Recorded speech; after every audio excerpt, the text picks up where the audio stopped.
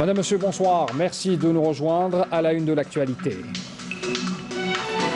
Le président de la République, Abdelmajid Tebboune, a reçu ce dimanche les lettres de créance des ambassadeurs de la République populaire démocratique de Corée, de la République fédérale d'Allemagne, de la République du Niger et enfin de Hongrie. On y revient dans un instant.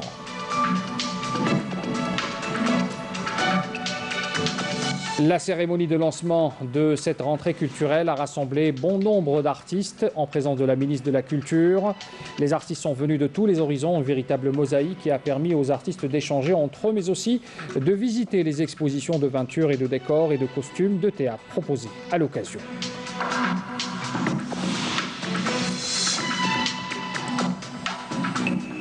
Le principe de la démocratie participative au cœur des rencontres, notamment à Chlef du conseiller auprès du président de la République, chargé du mouvement associatif et de la communauté nationale à l'étranger.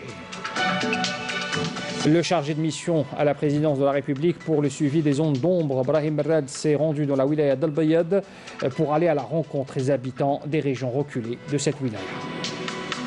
Et puis on parle également ce soir de ce dossier que nous consacrons à l'histoire. La France coloniale a assassiné ses propres concitoyens de 1956 à 1962. Ce sont des révélations choc du livre Les tueurs de la République de Vincent Nouzil, un livre événement qui lève le voile sur des opérations secrètes d'assassinat opérées contre des citoyens français sympathisants de la cause algérienne. Pour en parler, je reçois ce soir le chercheur universitaire, journaliste spécialisé en histoire, Hassan Arabe, et à partir de Paris, l'historien Najib Achour. Ça sera donc le dossier de ce 19h.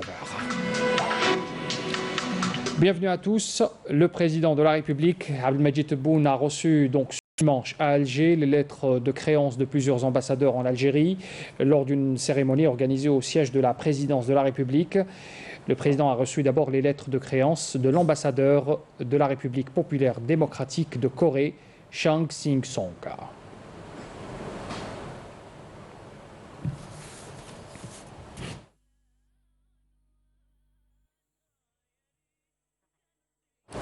Le président de la République, Abdelmajid Tebboune, a reçu également Elisabeth Wahlberg, ambassadrice de la République fédérale d'Allemagne, qui lui a remis également ses lettres de créance.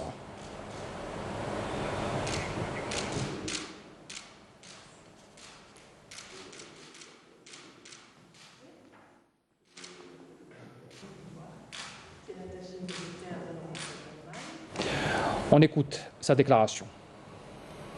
L'honneur de vous informer que je viens de présenter mes lettres de créance en tant qu'ambassadeur d'Allemagne au président de la République. L'audience que m'a accordée son Excellence, Monsieur le Président de la République, nous a offert l'occasion de faire le point sur les relations bilatérales entre l'Algérie et l'Allemagne, sur la coopération entre nos deux pays. Et j'ai bien sûr souligné devant le président que les relations entre l'Allemagne et l'Algérie ont toujours été très bonnes et empreintes d'amitié. On a une très bonne coopération, très fructueuse dans tous les domaines, politiques, économiques et aussi sur le plan culturel. Nous avons aussi, bien sûr, aujourd'hui discuté des perspectives, des opportunités pour encore davantage renforcer ces relations déjà si bonnes. Au-delà, notre entretien a aussi porté sur quelques questions régionales, internationales, entre autres, bien sûr, la Libye et le Mali. Je tiens à souligner que pour moi, c'est un très grand honneur et un immense plaisir d'être ambassadeur de la République fédérale d'Allemagne ici en Algérie. Je ferai de mon mieux et j'espère réussir dans cette mission qui m'a été confiée par le président de la République fédérale d'Allemagne. Et je me réjouis d'œuvrer pour renforcer encore davantage les liens de coopération et d'amitié entre l'Algérie et l'Allemagne. Je vous remercie. Le président de la République, Abdelmajid Tebboune, a également reçu les lettres de créance de Aminoul Malam Manzoun, l'accréditant comme ambassadeur de la République du Niger en Algérie. La cérémonie protocolaire, je le rappelle, s'est déroulée au siège de la présidence de la République.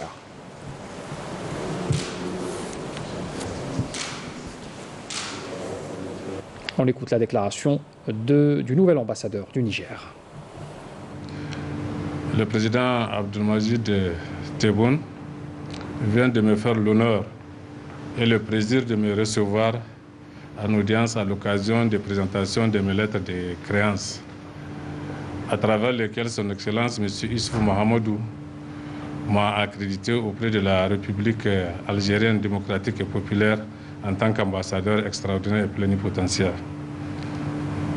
Entre autres sujets qu'on a discutés à travers cet échange, j'ai tenu à lui transmettre les chaleureuses salutations ainsi que l'estime et l'amitié de son frère et ami, son Excellence M. Mahamadou Issoufou. J'ai tenu également à lui demander les conseils nécessaires pour me permettre d'aborder ma nouvelle fonction d'ambassadeur extraordinaire et plénipotentiaire de la République du Niger, ici en République algérienne démocratique et populaire. À cet égard, j'ai reçu effectivement des sages conseils de la part de son Excellence, Monsieur le Président de la République. Et il m'a donné les orientations nécessaires devant me permettre de prendre en charge cette fonction. Le président de la République, Abdelmajid Tebboune, a reçu également Georgi Pantos, ambassadeur de Hongrie, qui lui a remis également ses lettres de créance lors de cette cérémonie que vous voyez sur ces images au siège de la présidence de la République. C'était donc ce matin. Et je vous invite à écouter la déclaration du nouvel ambassadeur de la Hongrie. J'avais l'honneur de remettre mes lettres de créance à son Excellence Monsieur le Président, avec lequel nous avons fait un tour d'horizon de nos relations politiques et économiques, et coopération dans des autres domaines. Nous sommes tombés d'accord que nos deux pays, nous avons de grandes ressources à épuiser dans ces domaines-là, toujours dans le domaine de la coopération scientifique interuniversitaire, dans le domaine de l'agriculture, gestion des ressources des eaux, éducation professionnelle, l'enseignement supérieur. Et je suis là pour redynamiser nos relations, toujours dans la période d'après-pandémique. Alors, il faut rappeler aussi que la cérémonie de remise des lettres de créance s'est déroulée en présence du directeur de cabinet à la présidence de la République, Nordine Barded Djeidji, et du ministre des Affaires étrangères, Sabri Bouradoum, qui ont assisté également aux audiences des ambassadeurs accrédités reçus par le président de la République. La cérémonie de lancement de cette rentrée culturelle a rassemblé un bon nombre d'artistes venus de tous les horizons, en présence bien sûr de la ministre de la Culture qui a présidé cette cérémonie première du genre. C'est une véritable mosaïque qui a permis aux artistes d'échanger entre eux, mais aussi de visiter les expositions de peinture et de décors et de costumes de théâtre proposées à l'occasion. Sihem Kenouch, Nakhla Arabi. Haut en couleur, les festivités culturelles lancées officiellement hier par la ministre de la Culture et des Arts, Melika Bendouda, lesquelles dureront jusqu'au 7 octobre prochain, marquent le début d'une année culturelle bien particulière puisqu'elle intervient en pleine crise sanitaire. Elle a été placée cette année sous le thème « Notre culture est dans notre diversité et notre unité ». Nous avons décidé de commencer. Nous n'avons pas hésité parce que chaque début est une construction de l'acte en lui-même. On croit très fort que l'être humain a été créé pour commencer. L'annonce de la rentrée culturelle ce soir n'est autre qu'un autre début, comme tout autre début. Nous sommes chanceux parce que cette rentrée coïncide avec le centenaire de la naissance de Mohamed Dib, un père spirituel comme tant d'autres du roman algérien. Nous annonçons l'ouverture de l'année culturelle, tout en pensant à ceux qui nous ont quittés.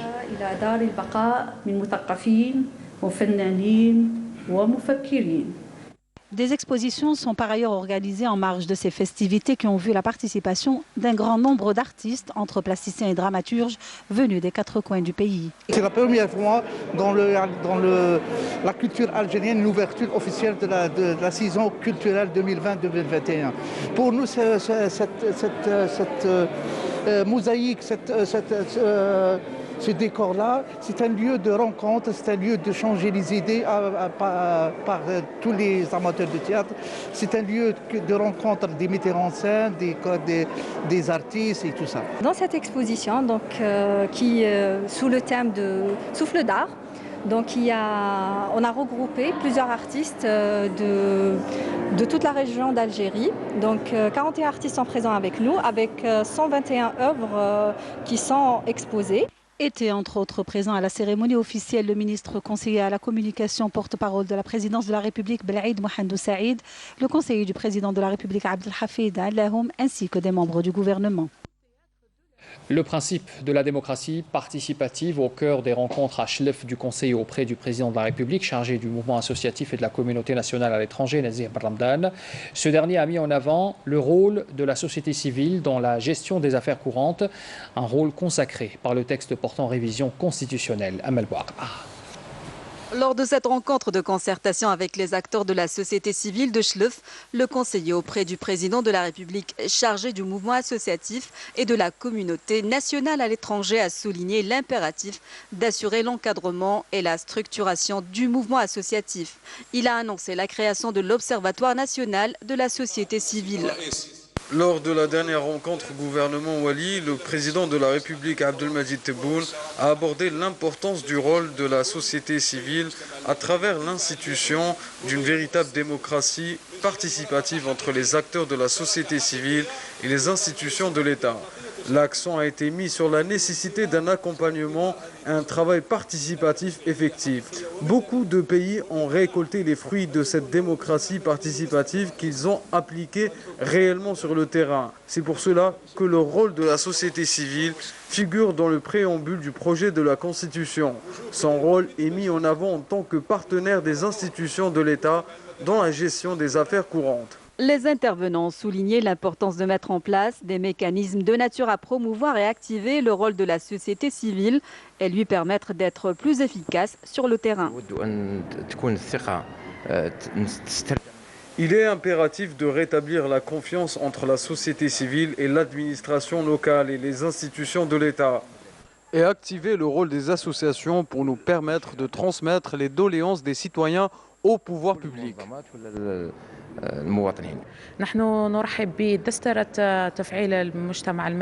Nous saluons la constitutionnalisation du rôle de la société civile. Nous avons également soumis des propositions dans le domaine de l'économie du savoir et de la connaissance. La constitutionnalisation de l'activité associative permettra ainsi la mise au point de stratégies adaptées destinées à prendre en charge les préoccupations des citoyens. La prise en charge des préoccupations des citoyens, justement, on en parle ce soir avec le chargé de mission à la présidence de la République pour le suivi des zones d'ombre. Brahim Merred, ce dernier s'est rendu dans la wilaya d'Al-Bayed pour aller à la rencontre de ses habitants dans les régions reculées pour les rassurer sur la prise en charge de leurs doléances. Reportage, Mustafa Bendhina, le commentaire est signé Naïma Chekchek. L'Akhdira, Rousfa, Doufa, Douirat l'Ahbar et d'autres lieux dits au fin fond de la wilaya d'Al-Bayed comptent eux aussi parmi les régions oubliées que Ibrahim Merred, chargé auprès du président du suivi du dossier des zones d'ombre, est allé prospecter. Il a assuré les habitants que l'État est résolu à mener le développement dans ces régions et à rendre son espoir aux citoyens de toutes ces contrées.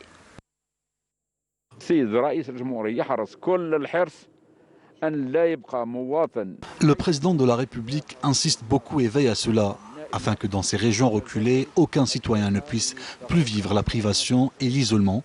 Il veut une Algérie nouvelle. Dans cette région, nous souffrons du froid à l'hiver. La route, le gaz, l'école sont assurés, alhamdoulilah. L'eau et le gaz nous manquent. Nous avons besoin d'aide pour ça.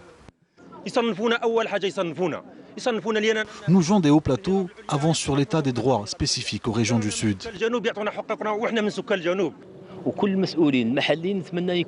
J'espère que tous les responsables locaux auront le président de la République comme exemple et qu'il applique sur le terrain toutes ces directives.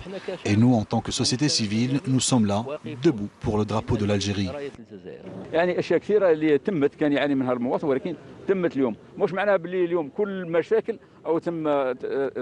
Beaucoup de choses dont souffrait le citoyen sont réglées. Maintenant, il reste encore des questions à régler. Le processus se poursuit.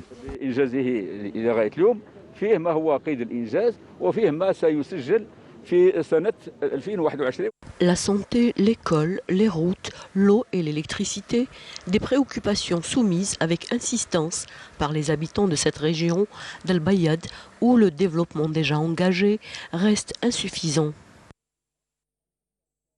Le ministre de l'Éducation nationale, Mohamed Wadjout, a affirmé que la date de la rentrée scolaire 2020-2021 n'a pas encore été fixée et que le secteur se concertera avec les partenaires sociaux sur les modalités à même de mener à bien cette rentrée, et ce par souci de préserver la santé et l'intégrité des élèves et de tout le personnel travaillant dans les établissements d'enseignement. C'était à l'issue d'une rencontre qu'il a eue ce dimanche avec les différents syndicats de son secteur. Yamina Saïchi. Le département de l'éducation nationale, les syndicats et les associations de parents d'élèves se sont réunis aujourd'hui pour discuter du retour des 10 millions d'élèves. Objectif, débattre tous les scénarios envisageables. Nous, en tant que ministère de l'Éducation nationale, nous avons étudié toutes les hypothèses possibles pour assurer la prochaine rentrée scolaire. Nous n'avons pris aucune décision finale. Nous avons débattu avec les partenaires sociaux pour trouver un compromis afin de le proposer au gouvernement.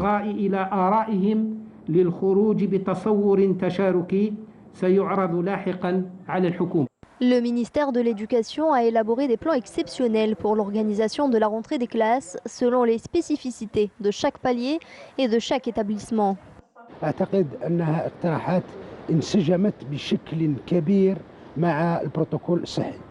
Nous pensons que ces propositions sont adaptées au protocole sanitaire mis en place. Ces hypothèses ont été minutieusement étudiées pour assurer la sécurité de nos élèves et leur permettre de reprendre les cours.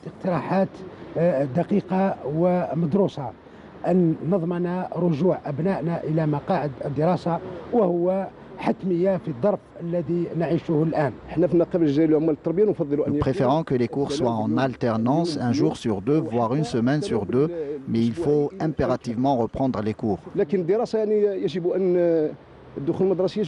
Le ministre a appelé à adapter les programmes des matières en mettant l'accent sur les enseignements de base pour chaque matière en fonction du volume horaire, et il a aussi évoqué la nécessité de développer l'enseignement à distance. La ministre de la Solidarité nationale, de la famille et de la condition de la femme et ministre du Travail, de l'Emploi et de la Sécurité sociale par intérim, Kautar Kirikou, a affirmé que le projet de la révision de la Constitution est une véritable garantie pour la femme algérienne. La visite ministérielle a été clôturée à Tindouf par la tenue à la Maison de la Culture Abdelhamid Mehri d'une rencontre avec des femmes entrepreneurs rurales, lors de laquelle des aides financières ont été remises aux femmes rurales bénéficiaires du dispositif de l'Agence nationale de gestion du microcrédit en SAIG et des diplômes à des bénéficiaires de divers dispositifs de soutien de l'État. On écoute la ministre de la Solidarité nationale. مشروع تعديل القانون الأسمى للبلاد في هذا الصدد ضمن أحكامه وبالأخص المادة 68 منه بترقية التناصف بين الرجال والنساء في سوق التشغيل وتشجيع ترقية المرأة في مناصب المسؤولية في الهيئات والإدارات العمومية وعلى مستوى المؤسسات، وهو ما يعكس قناعة راسخة لدى الإرادة السياسية بقدرة ومهارة المرأة عاملة كانت أم مبدعة في صنع التغيير الهادف إلى بناء الجمهورية الجديدة. Le ministre de la Jeunesse et des Sports, Seydi Ali Khaldi, a annoncé ce dimanche depuis la wilaya de Gerdaya le dégel prochain des projets du secteur pour les wilayas du Sud, sur décision du président de la République. Il a fait cette déclaration lors de sa visite de travail d'une journée dans cette wilaya du Sud du pays. Camélia Melala. En inspectant quelques projets de son secteur, à l'exemple de cette piscine semi-olympique de Berriana Gardaya, réalisée pour un montant de 300 millions de dinars, le ministre de la Jeunesse et des Sports, Sid Ali Khaldi, qui était accompagné de la secrétaire d'État chargée du sport d'élite, Salima Souakri, a exhorté les responsables concernés à activer leur achèvement afin de permettre aux jeunes de la région de s'émanciper et de pratiquer leur sport favori. Nous avons saisi cette occasion pour inspecter et inaugurer de nouvelles infrastructures sportives, des projets qui permettront de faire de cette région un pôle d'excellence dans l'activité sportive dans le sud du pays.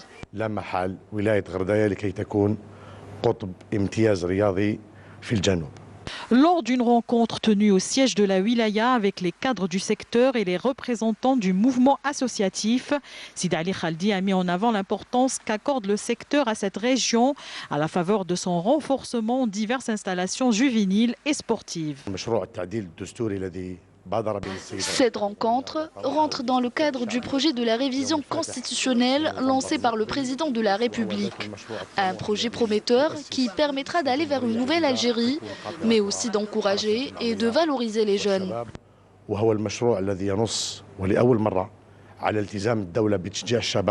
Le ministre de la Jeunesse et des Sports, qui s'est enquis sur place des attentes et doléances des jeunes, a assuré la volonté de l'État à faire participer les jeunes dans la vie politique du pays.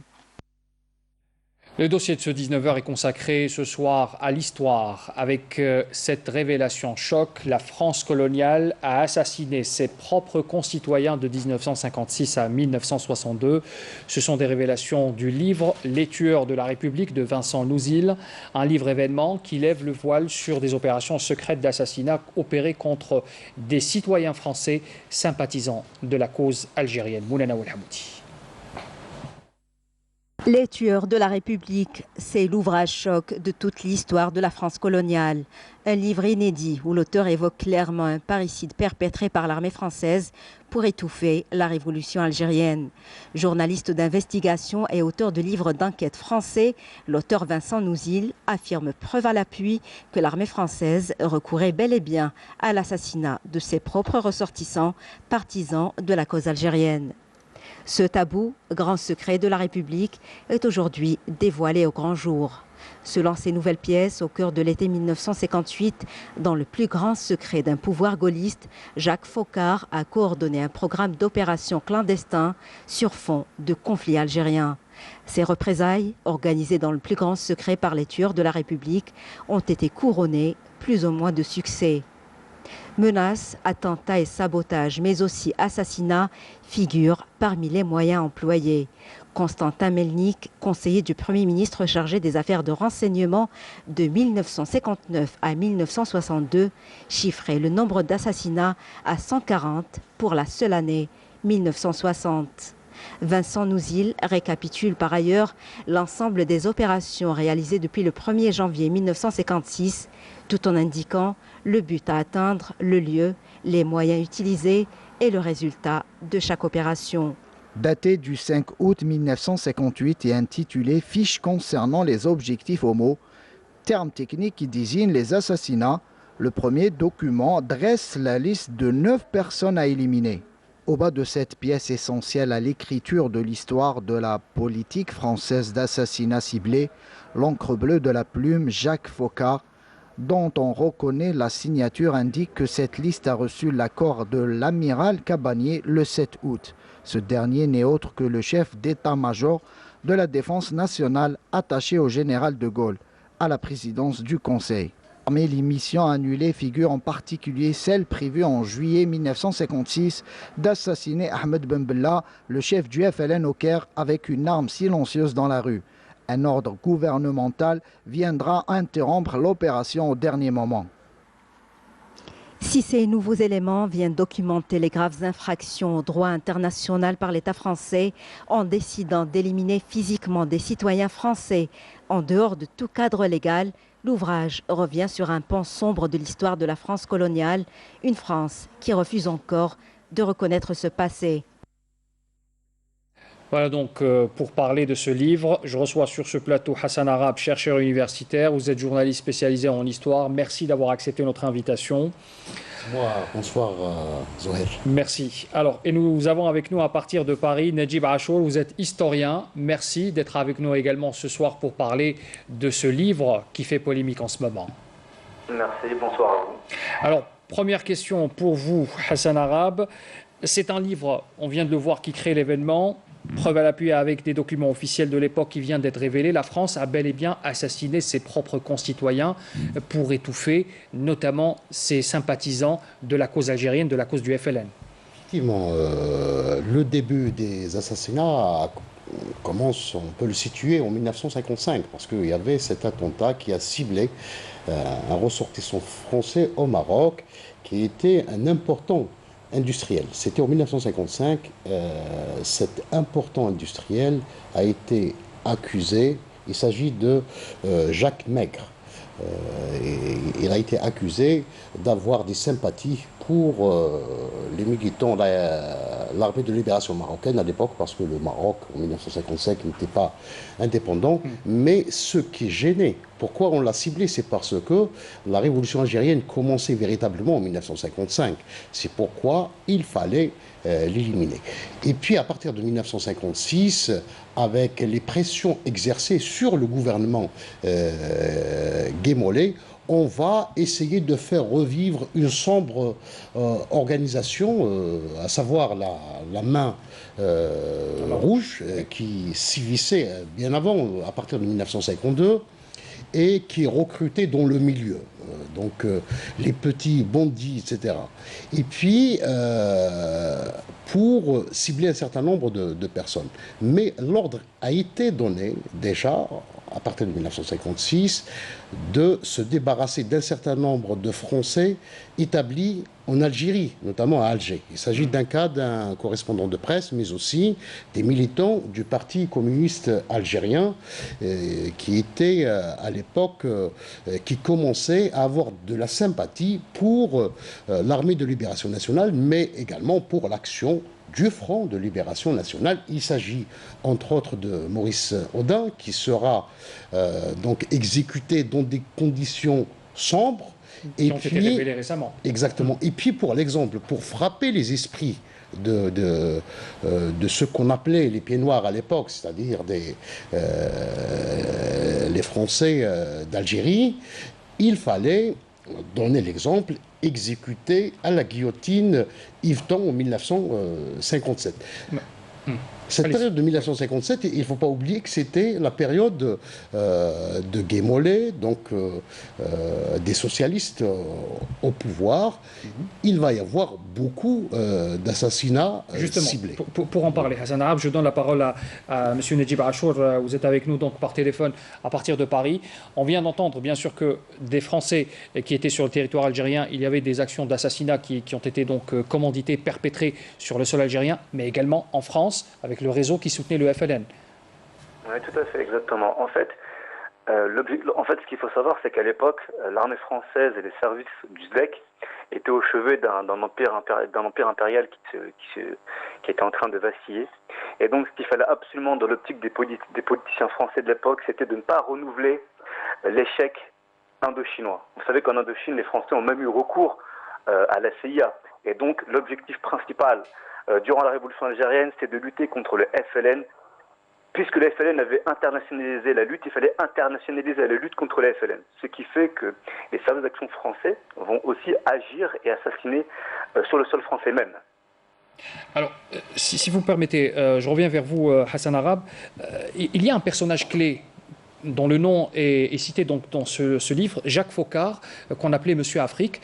Et ce sont des documents qui émanent donc de ses propres archives. Justement, donc le nom de Jacques Foccart va apparaître avec le retour du général de Gaulle à partir du 13 mai 1958 aux affaires. C'était l'homme de confiance, c'était Monsieur Sécurité de Charles de Gaulle, qui va devenir Monsieur France-Afrique par la suite. Donc Foccart, tous les assassinats ciblés, les attentats, les menaces, etc., devaient donner son accord. il disait en pleine réunion, parce que la réunion du Conseil, à l'époque, c'était Michel Debré qui était le Premier ministre, qui avait comme conseiller Constantin Melnik, qui avait également révélé un certain nombre d'actions du STEC.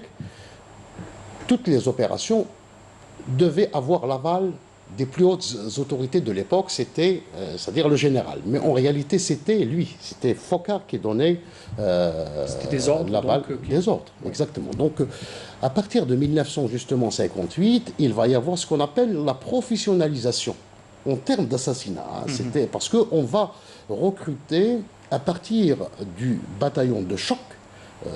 Des assassins, donc non, du STEC.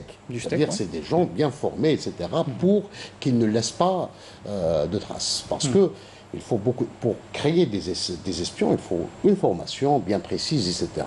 Et puis, en barbouzerie, il faut pas se leurrer. Les services français s'y connaissent et ils sont les maîtres à bord. Donc, oui, allez-y. Donc Foccart vont élaborer un code tacite qui consistait à ne pas s'attaquer à des cibles sur le territoire français et à ne pas s'attaquer à des Français. Mais en 1959, nous assistons au premier assassinat. Le pas a été franchi. Le pas a été franchi avec l'assassinat d'Eita Oudia, qui était un citoyen français à l'époque, qui faisait partie du collectif des avocats du Front de Libération Nationale. Si vous me le permettez, Nedjib Achour, je fais appel à votre sens d'observation. Vous êtes en France, vous avez bien sûr suivi au cours des dernières années les événements, notamment ces déclarations assumées de l'ancien président français François Hollande, qui parlait de l'intérêt suprême de la France, qui mènerait même à assassiner un peu partout dans le monde, sans pour autant admettre, si ce n'est fait de manière tacite, d'assassiner même des citoyens français si l'intérêt français était en jeu. Quel est votre avis sur cette question ? Mon avis, c'est qu'en fait, il n'y a pas eu de rupture avec la politique mise en place à l'époque coloniale même, c'est-à-dire que tous les moyens sont bons pour parvenir à ses fins. Donc c'est cynique même.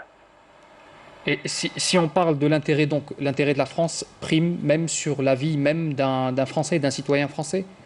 Exactement, oui. C'est exactement ça. La phrase est sans ambiguïté. Oui.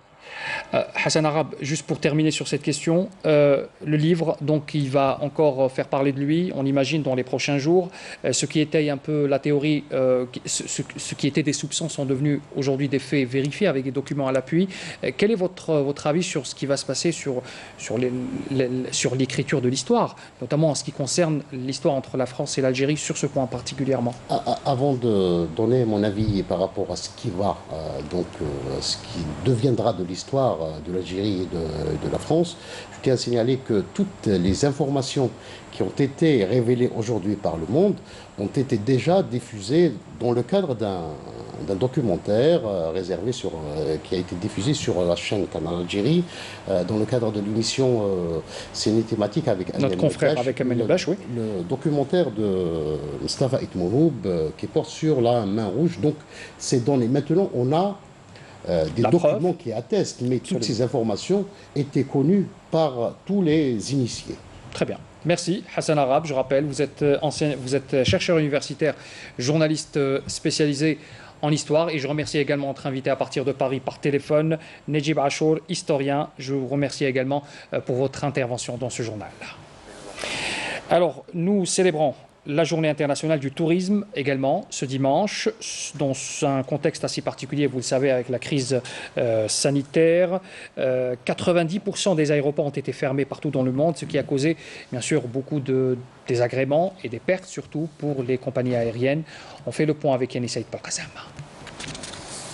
Cette année, à l'instar des autres célébrations, la journée internationale du tourisme est marquée et célébrée en temps de crise sanitaire.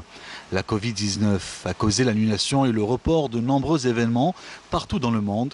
Le secteur du tourisme a fortement été impacté par cette pandémie.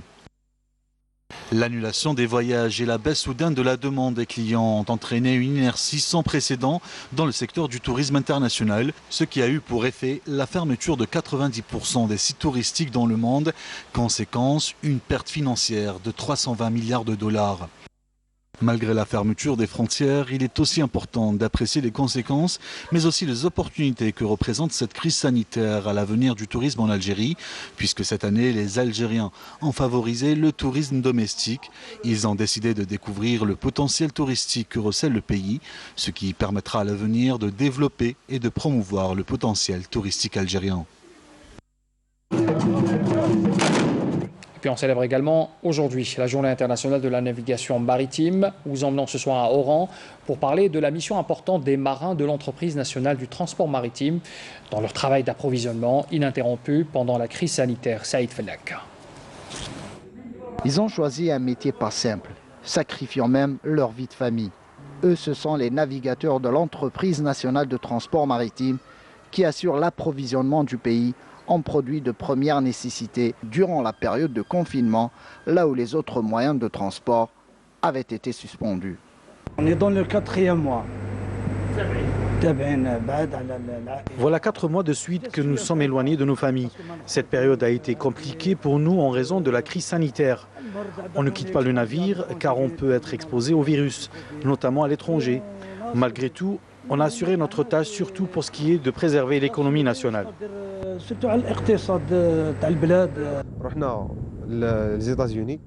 On a fait un voyage d'Oran jusqu'aux États-Unis, puis en Roumanie, et lorsque la pandémie de coronavirus a débuté, on était en Italie. Je ne vous cache pas que tout l'équipage était sous pression. On avait vraiment peur de ce virus, sachant que l'Italie était classée à ce moment-là pays à haut risque. En plus de l'élément humain, l'entreprise mobilise des navires ultramodernes pour le transport des marchandises à l'image du cargo de Tinziran, qui est équipé des technologies de pointe et doté de la dernière génération de motorisation. C'est un navire algérien qui est équipé de toutes les installations, qui est, de par sa conception, conforme à la réglementation actuelle. Il est d'ailleurs communément appelé éco-trader, donc c'est un navire économique et aussi écologique. À l'heure où la pandémie de coronavirus continue de sévir, le secteur du transport maritime a permis le rapatriement au pays de centaines d'Algériens bloqués à l'étranger.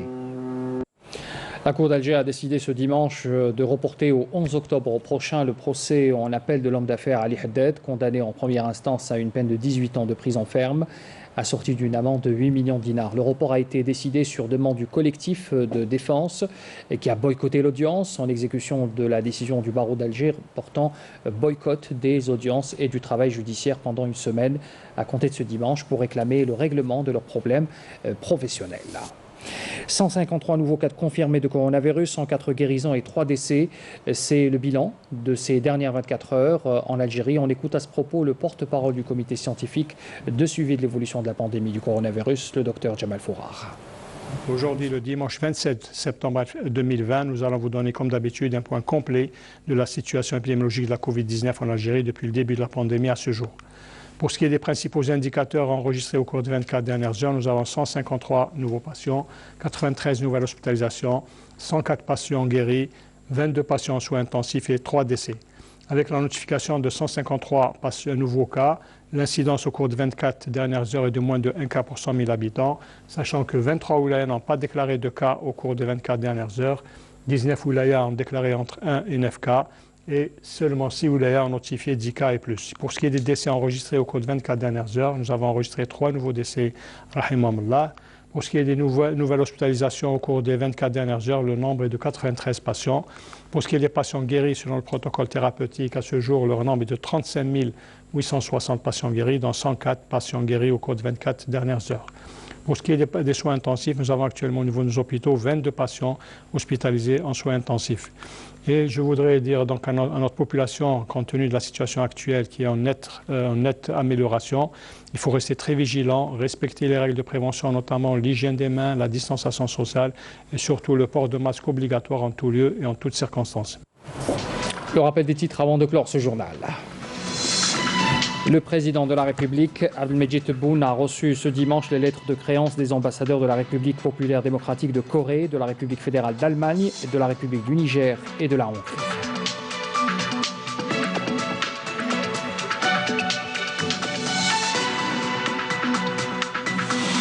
La cérémonie de lancement de cette rentrée culturelle a rassemblé un bon nombre d'artistes en présence de la ministre de la Culture qui a présidé cette cérémonie.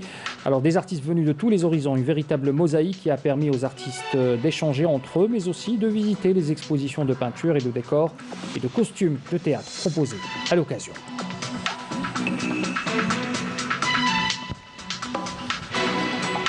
Le principe de la démocratie participative au cœur des rencontres à Chlef du conseiller auprès du président de la République chargé du mouvement associatif et de la communauté nationale à l'étranger, Nazih Barramdane. Puis le chargé de mission à la présidence de la République pour le suivi des zones d'ombre, Brahim Red, s'est rendu dans la wilaya d'Al-Bayed pour aller à la rencontre des habitants des régions reculées.